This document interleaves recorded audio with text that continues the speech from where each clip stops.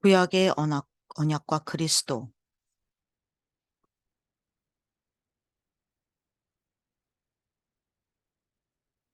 제2장 정경, 외경 및 위경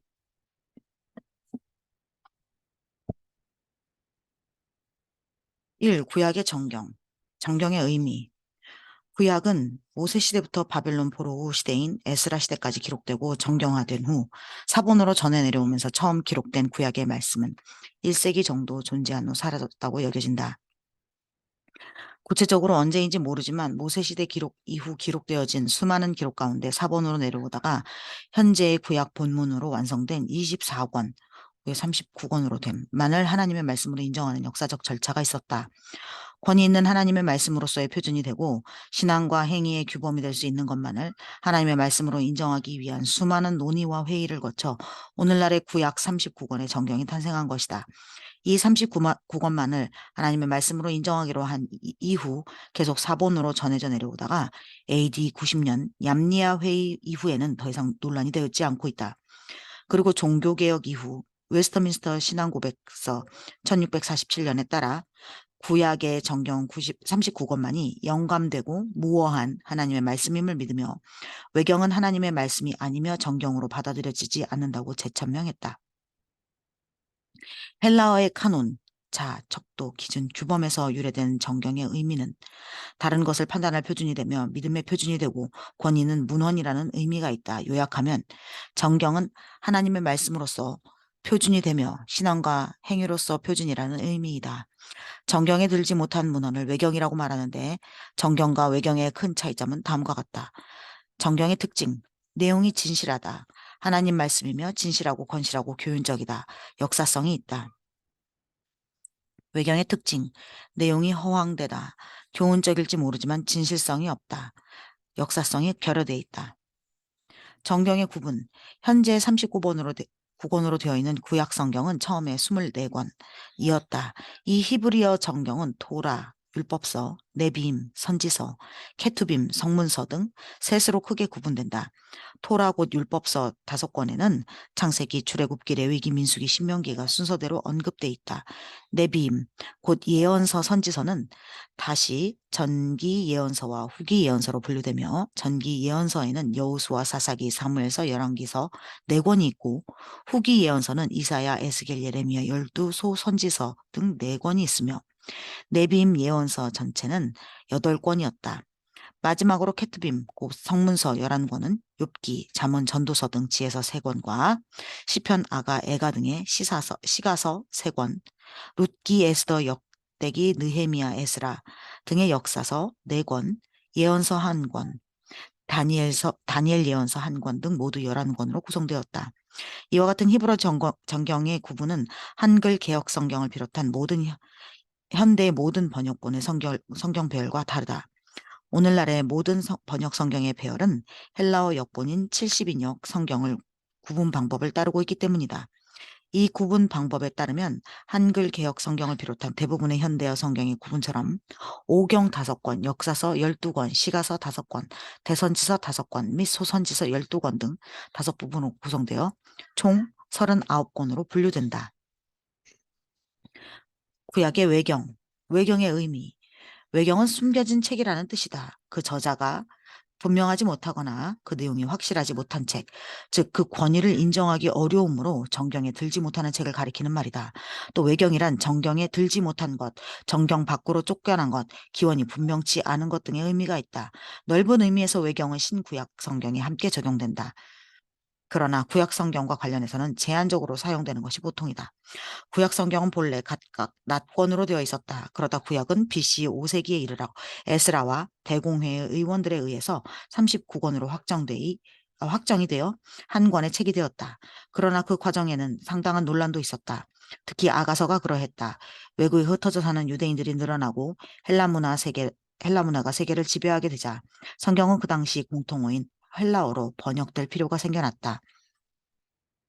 그중 하나가 70인역이다. 그런데 이 70인역은 구약 39권의 책 이외에 그때까지 전해 내려오던 책 중에서 읽으면 도움이 되겠다고 여겨지는 15권의 책을 뒷부분에 여백에다 덧붙여 번역해 놓았다. 이 책들이 바로 정경 이외의 경전인 외경이다. 그러므로 외경은 읽어서 참고가 될 만한 책일 따름이고 권위를 가진 하나님의 말씀에는 들지 못한다. 로마 교회가 왕성해지자 제롬이라는 사람에 의해서 성경은 라틴어로 번역되었다.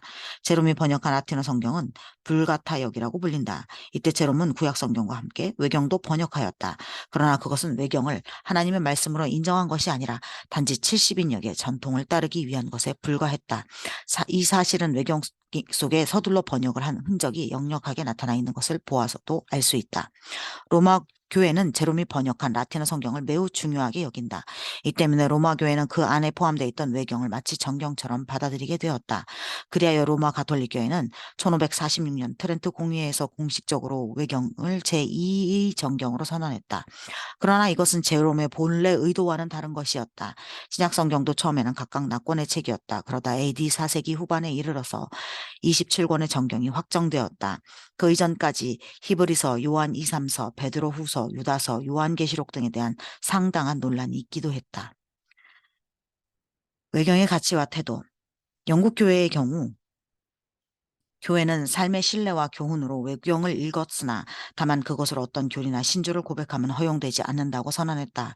외경을 제2의 성경으로 받아들이는 로마 가톨릭 교회는 외경을 종교적 가치로 인정하고 있다. 그러나 대부분의 개신교회에서는 외경을 하나님의 말씀으로 인정하지 않는다. 다만 문학적 가치로서 인정하는 경우가 종종 있을 뿐이다. 즉 외경은 유대민족의 정치적 변천과 종교적 변화를 서술한 역사 문화의 가치를 가진다. 첫째, 외경은 사회적 및 종교적 의무를 취급한 지혜 문학적 가치를 가진다. 둘째, 외경은 하나님의 영광과 대자연의 미를 묘사한 시문학적 가치를 지닌다. 셋째, 외경은 이스라엘의 민족 의식과 애국심을 고취하는 민족 문학으로 가치가 있다. 넷째, 마지막으로 외경은 세상 종말을 예언하는 묵시 문학적 가치가 있다. 그러나 외경은 성경으로서의 권위는 갖지 못한다. 다만 한 번쯤 읽고 그것이 왜 정경에서 빠졌는지를 참고할 필요는 있다. 만약에 외경을 읽고 난 후 그것을 성경만큼 높이고 신뢰하게 되는 일이 생긴다면 차라리 읽지 않는 편이 낫다. 오늘날 우리 주변에는 새로운 형태의 외경들을 만들어 놓고 이것들을 성경처럼 여기는 사람들의 활동이 여전히 계속되고 있다. 로마 가톨릭 교회 곧 천주교회는 구약 정경 39권을 제1정경으로 외경을 제2정경으로 14권을 인정한다.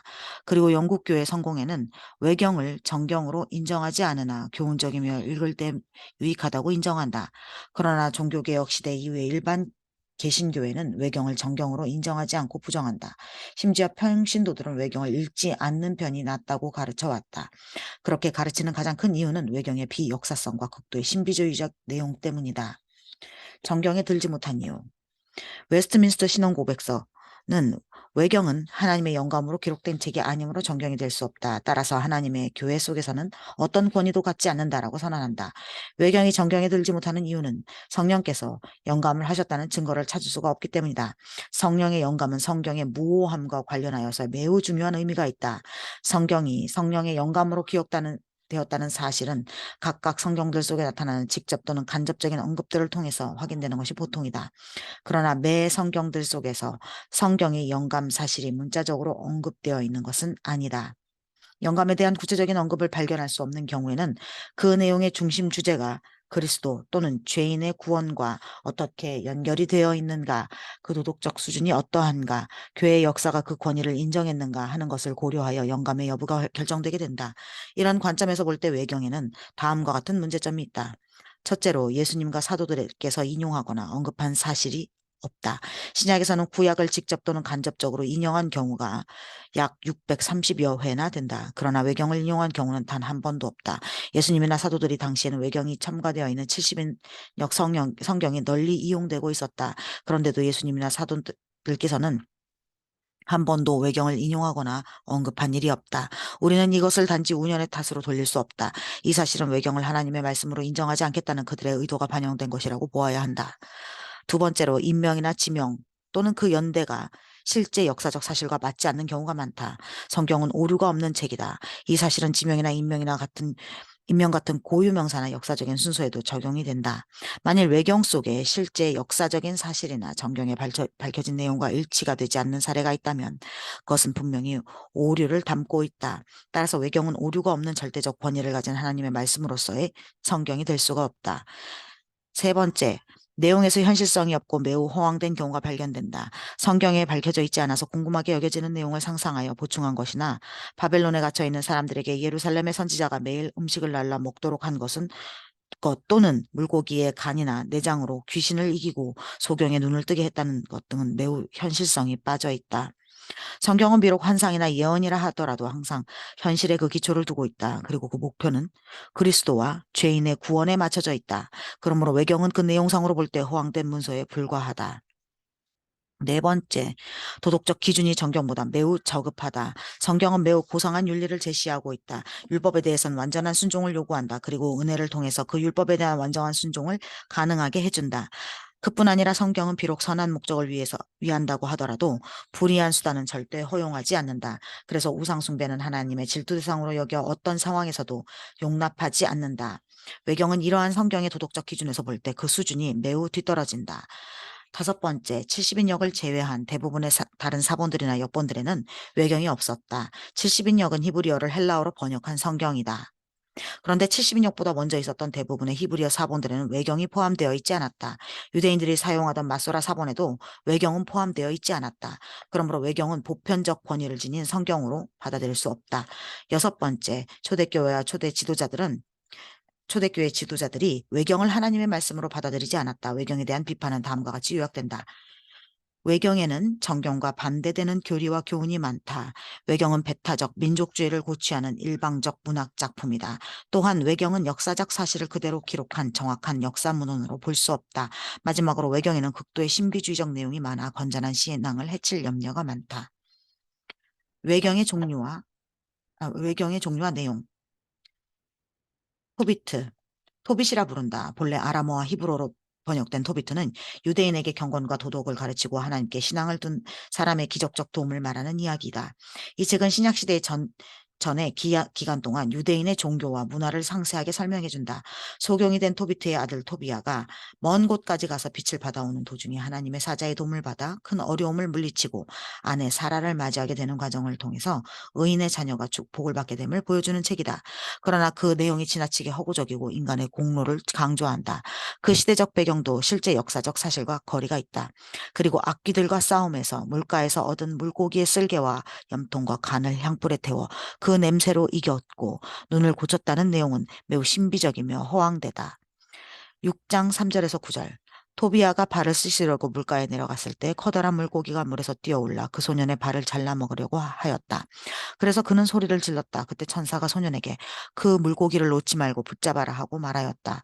토비아는 물고기를 붙잡아서 무트로 끌어올렸다. 그러자 천사 라파엘이 말하였다. 그 물고기의 배를 갈라서 쓸개와 염통과 간은 잘 꺼내어 보관하고 나머지 내장은 다 버려라. 그 쓸개와 염통과 간은 약으로 요긴하게 쓸 것이다. 토비아는 물고기의 배를 가르고 쓸개와 염통과 간을 따로 간수한 다음 물고기 일부분은 구워 먹고 나머지는 소금에 절여 두었다. 8장 2절에서 3절. 그때 토비아는 라파엘의 말을 기억하고 자기가 가지고 다니는 자루에서 물고기 간과 염통을 꺼내어 타오르는 향불 위에 놓았다. 그 물고기 냄새를 맡고 귀신은 이집트 땅 먼 곳까지 도망을 가버렸다. 그때 라파엘은 그 귀신을 날쌔게 쫓아가서 손발을 묶고 꼼짝 못하게 해놓았다.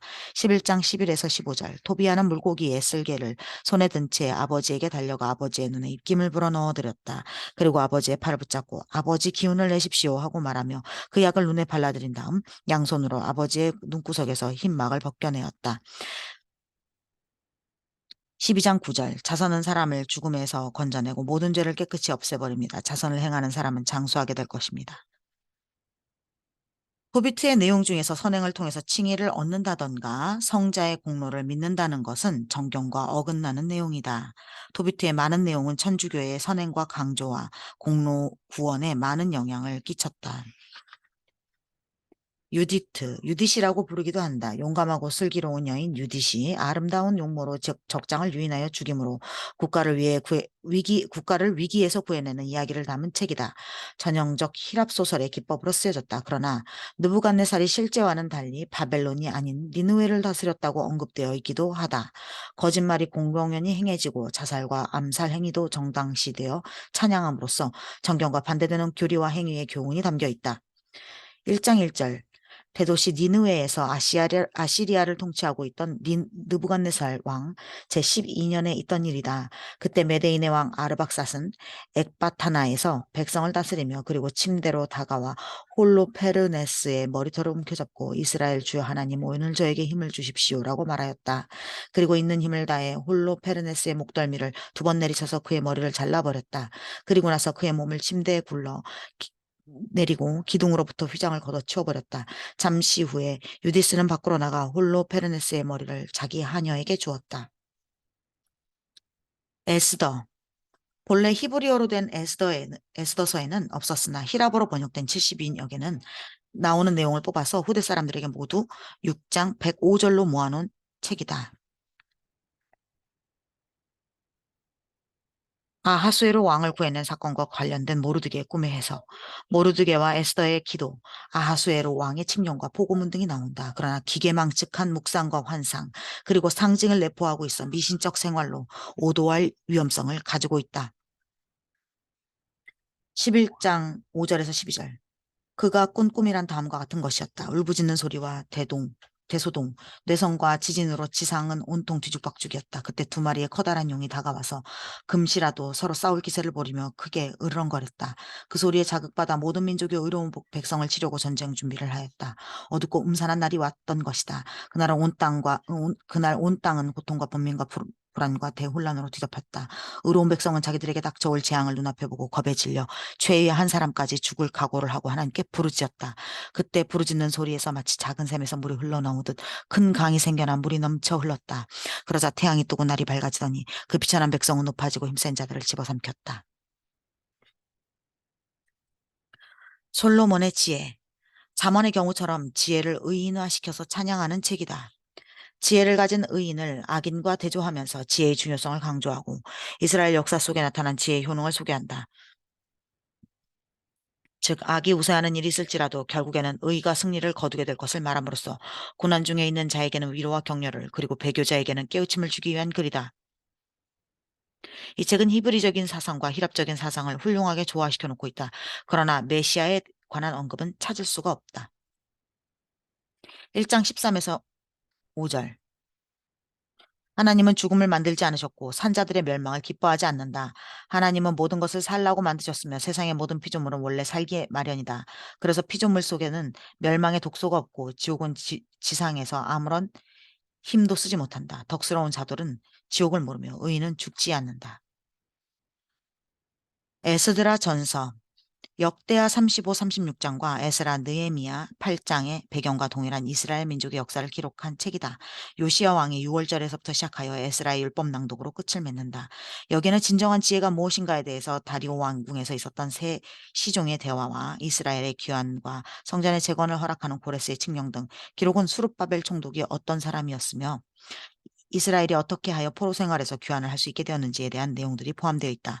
그러나 파사 왕들의 순서가 역사적 사실과 일치하지 않게 기록되어 있다.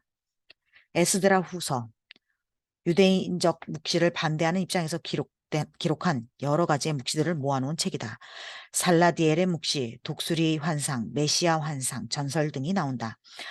그 형태나 내용으로 볼 때 신약시대의 그리스도인이 기록한 책으로 여겨진다. 또 선행을 통하여 칭의를 얻는다든가 성자의 공로를 믿는다는 정경과 어긋나는 교리가 있다. 8장 33절. 의로운 자들은 그들이 주님을 위해 행한 선한 일 때문에 보상을 받을 것입니다. 3장 46절. 그들은 그 이후에 거기 살았다. 마지막 날에 그들은 고향으로 돌아올 것이다. 므낫세의 기도. 바벨론의 포로로 끌려갔던 므낫세 왕이 드렸다는 기도이다. 15절로 된 짧은 참회의 시 형식이다. 역대하 맨 마지막에 덧붙여지는 때도 있었다. 시락의 집회서, 외경 중에서 유일하게 저자의 이름이 밝혀져 있다. 시락의 후손, 벤시락, 은 BC 2세기 후반에 살았던 유대 현인이었다.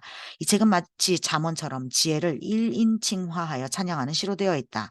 하나님을 경외함이 지혜의 근원임을 강조하고 온 땅에 퍼져 있는 지혜, 특히 예루살렘의 충만한 지혜를 찬양한다.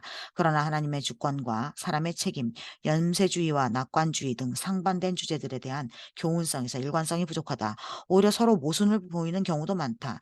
여자에 대해서는 악으로 유혹하는 자로 봄으로써 부정적 태도를 보인다. 조부들의 찬미라는 제목 부분에는 분간할 수 없을 정도로 이사야서의 여러 부분이 인용되어 있다. 또한 선행을 통하여 칭의를 얻는다든가 성자의 공로를 믿는다는 정경과 어긋나는 교리가 있다. 3장 30절 물은 뜨거운 불을 끄고 자선은 죄를 보상할 수 있다. 2장 24에서 26절 25장 24, 26절 죄는 여자로부터 시작되었고 우리의 죽음도 본시 여자 때문이다. 저수지의 둑을 터주지 말 것이며 고약한 여자에게 자유를 주지 말 일이다. 시키는 대로 하지 않는 여자는 인연을 끊고 보내버려라. 실학의 집회에서도 가톨릭 선행을 통한 공로구원에 많은 영향을 끼쳤다. 바룩. 예레미야의 서기관 바룩이 바벨론에 포로로 잡혀가 있는 동족들에게 보내는 글이다. 그 내용은 예레미야, 다니엘, 욥기에서 뽑아낸 부분들을 종합한 것으로 죄에 대한 고백, 용서와 자비를 구하는 기도, 지혜 셈에 관한 설교로 구성되어 있다. 그러나 기계망측한 묵상과 환상 그리고 상징을 내포하고 있어 미신적 생활로 오도할 위험성을 가지고 있다. 또한 예레미야 43장 6절에 바룩이 예레미야와 함께 바벨론이 아닌 애굽으로 갔다고 되어 있는 내용과 조화가 되지 않는다.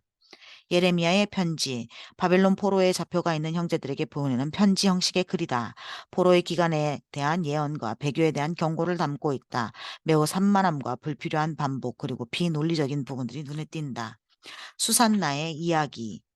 경건하고 현숙한 여인 수산나를 통해서 악을 벌하시고 선을 보상하시는 하나님을 설명하는 책이다.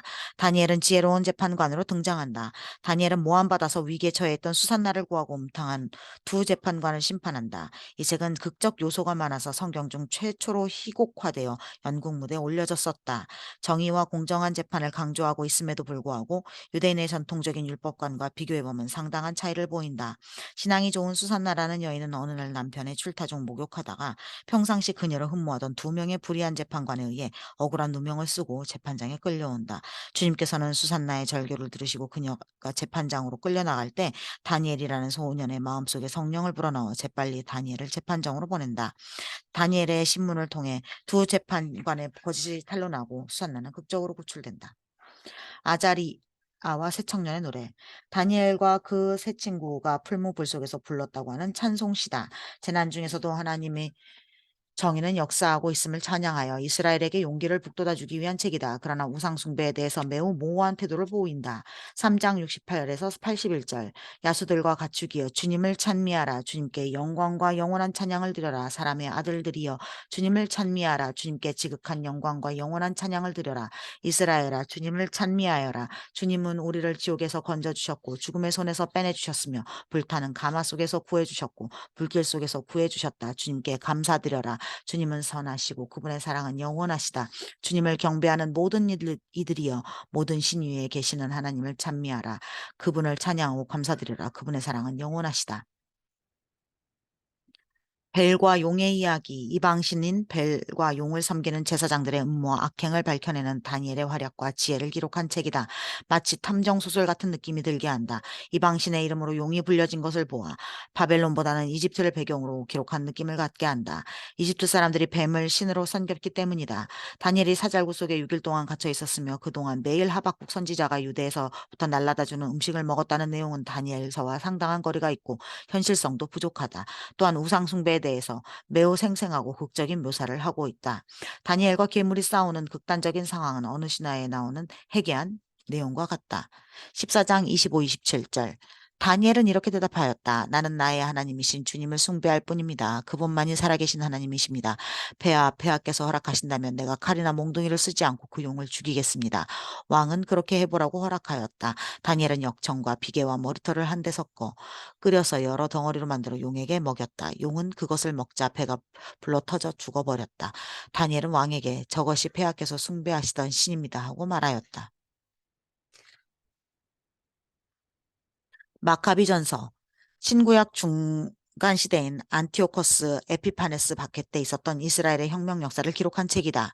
유다 마카비라는 인물과 그의 형제들을 중심으로 혁명의 배경, 발단, 진행 등을 소개한다. 그 후에는 이스라엘을 향한 하나님의 섭리는 히랍의 지배 아래서도 계속되고 있음을 보여주려는 의도가 담겨 있다. 그 내용이 비교적 자세하여 신약과 구약 중간 시대의 역사를 알아볼 수 있는 자료가 된다. 그러나 그 시대는 이미 선지자들에게서 예언의 영이 떠났다고 하는 내용을 담고 있어서 스스로 영감된 책의 범주에서 제외시키고 있다. 16장 14, 23절. 시몬은 민정을 살피면서 유다의 여러 도시를 순시하고 있었다. 그러다가 시몬과 그의 아들 마따디아와 유다는 177년 세바트월 즉 1월에 예리고로 내려갔다. 아브보스의 아들은 자기가 세운 도크라는 요새로 시몬 일행을 유인하여 자기 부하들을 몰래 숨겨둔 방으로 맞아들이고 주연을 베풀어 주었다. 시몬과 그의 아들들이 술에 취했을 때 프톨레메오와 그의 부하들이 무기를 들고 벌떡 일어나서 연회장에 있는 시몬에게 달려들어 그를 죽이고 시몬의 두 아들과 그 하인 몇 사람을 죽였다. 이와 같은 큰 반역을 감행함으로써 프톨레메오는 선을 악으로 갚았다. 그 후 프톨레메오는 이 사실을 적어 왕에게 보내며 자기에게 응원병을 보내줄 것과 유다 나라와 도시들을 자기에 넘겨줄 것을 요청했다. 그는 또한 요한을 없애버리라고 다른 사람을 게젤로 보냈다. 그리고 천인 대장들에게 편지를 띄워 자기에게 오면 은과 금과 그 외의 선물을 주겠다고 하였다.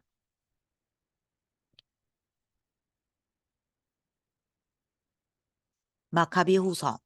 예루살렘이 압제를 당하고 있음에도 불구하고 하나님은 거룩한 뜻을 가지고 계시므로 하나님을 원망해서는 안 된다는 사실을 기록한 책이다.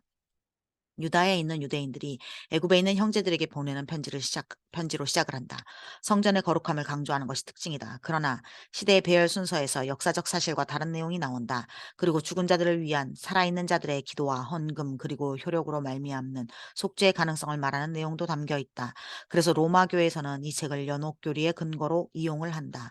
이것은 종교개혁자 루터가 가톨릭 교회가 연옥과 죽은 자를 위한 기도와 미사의 효과에 대한 교리들이 증거 자료를 이 외경의 구절들에서 가져왔음을 발견하고 외경들을 비난했다. 12장 43, 45절.